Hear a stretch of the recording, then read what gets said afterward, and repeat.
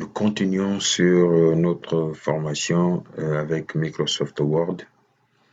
Ici, nous parlons de la modification du texte et puis la mise en forme du texte et des paragraphes. Donc pour cela, avant de continuer, on va rappeler les notions qu'on a vues tantôt et faire un petit exercice par rapport à cela.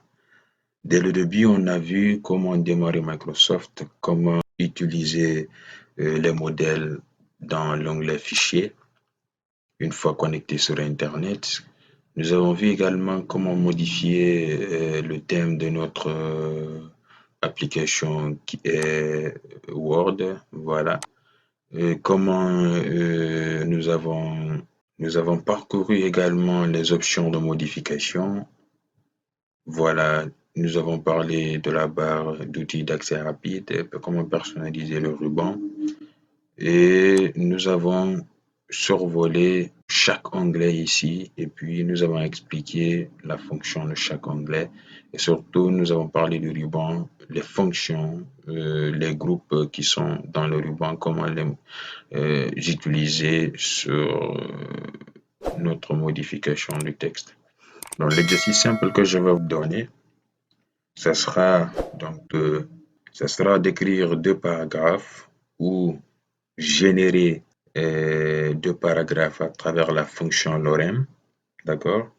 Ensuite, sélectionner le premier paragraphe, le mettre en gras, d'accord? Utiliser un style de police qui est le Verdana, d'accord? Avec une taille 14.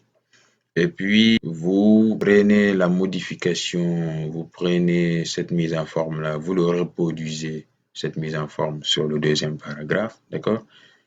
Et puis, sur l'onglet Fichier, modifiez le thème de votre application en gris foncé ou le thème noir. Et puis, voilà, utilisez maintenant sur l'onglet Accueil, dans le groupe Policy, utilisez la couleur du texte en bleu.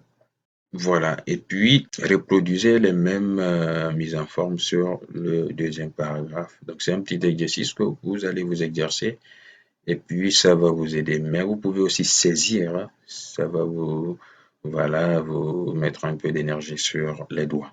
Nous continuons sur la mise en forme. Ici, vous voyez que nous avons là notre paragraphe, d'accord? Et puis, nous avons la fonction reproduire la mise en forme. Ici, à supposer que je veuille mettre tout ce style d'écriture là en rouge, vous voyez là, d'accord? Et puis, je clique sur reproduire la mise en forme en faisant un double clic. Vous voyez directement le pinceau, ce qui veut dire que la mise en forme est active.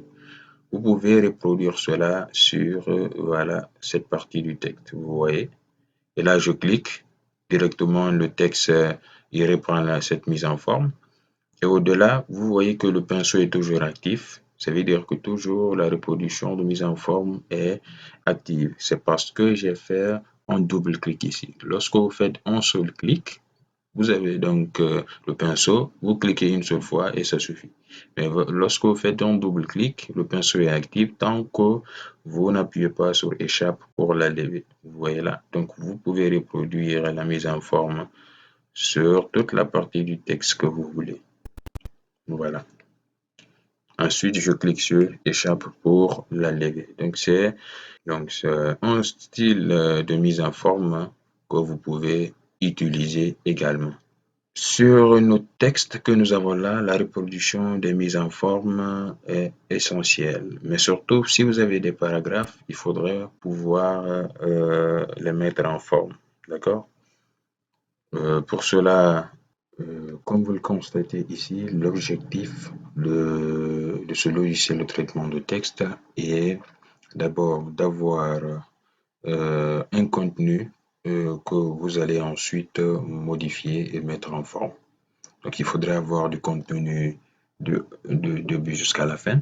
Par exemple, pour produire un rapport, vous pouvez écrire des textes jusqu'à la fin. Ensuite, faire vos modifications de titrage, des paragraphes, des couleurs. Et les autres éléments que nous avons vus et que nous allons voir au fur et à mesure, d'accord? Donc, on va reproduire, on va mettre en forme, on va enlever ce texte-là, mettre plusieurs paragraphes et ensuite on va aller élément par élément. On sait déjà comment faire la sélection, on sait ensuite on va voir comment déplacer les éléments et puis comment reproduire les mises en forme. Allez, donc dans la prochaine vidéo.